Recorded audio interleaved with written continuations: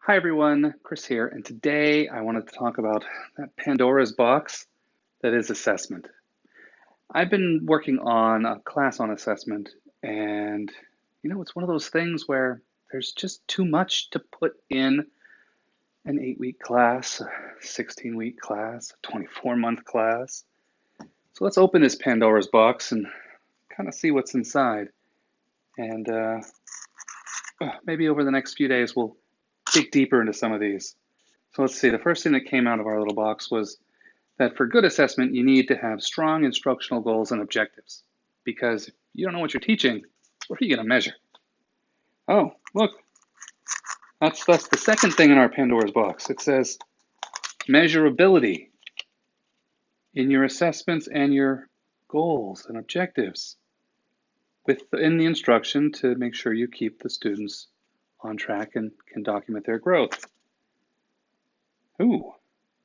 And then instructional designers are often called on to assess the accessibility,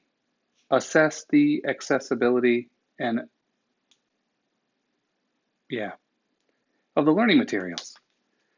Because you can make some good materials, but if the students can't access them, they're really not that useful. Let's see, what else do we have in here? Oh yeah, instructional designers are usually tasked with the formative assessment of their design projects. So if you're designing a project, you need to make sure you get some assessment in there, some one-on-one reviews, get in with your subject matter expert, do a pilot test. Yeah, all that stuff. Let's see what else we have in here. Smile sheets. Oh yeah, everybody loves smile sheets. Yeah, the whole do they love me thing, which really, it is important. So, and at this point, we're kind of transitioning into the Kirkpatrick model of assessment. And Kirkpatrick laid out the single biggest and most widely used program assessment tool out there with his 4 levels. And the first one is often reduced to smile sheets.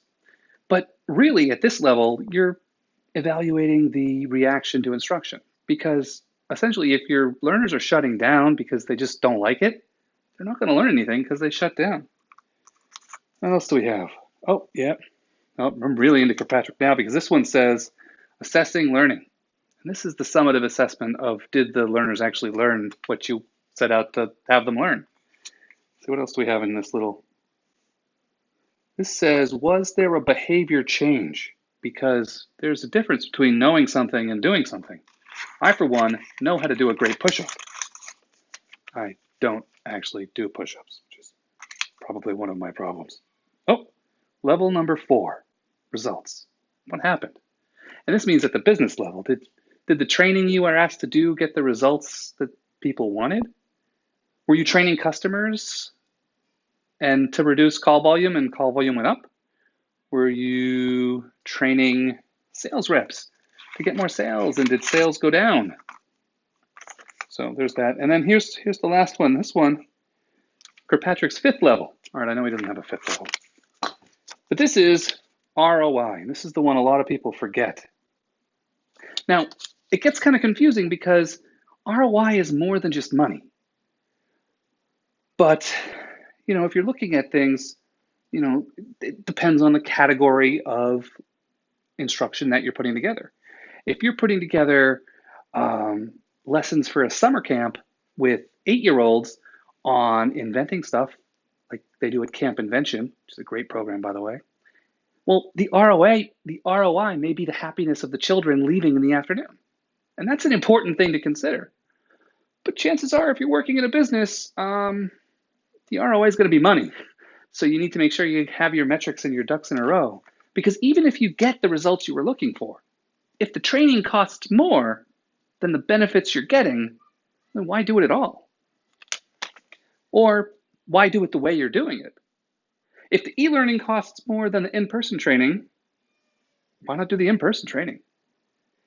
If the in-person training costs more than the gains you're going to get, then come up with a different alternative. So assessment, it's big. There's so much in there. And that doesn't even cover, like, how do you write a good rubric? How do you write a good learning objective? How do you build a good assessment. What is a good assessment? And how are the different ways you can assess student learning? Kind of big Pandora's box.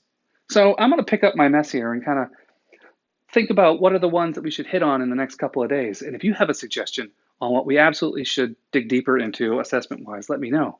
Because this is super helpful because I'm writing a class on assessment, and knowing what people find most important is very helpful because I know to put it in the class.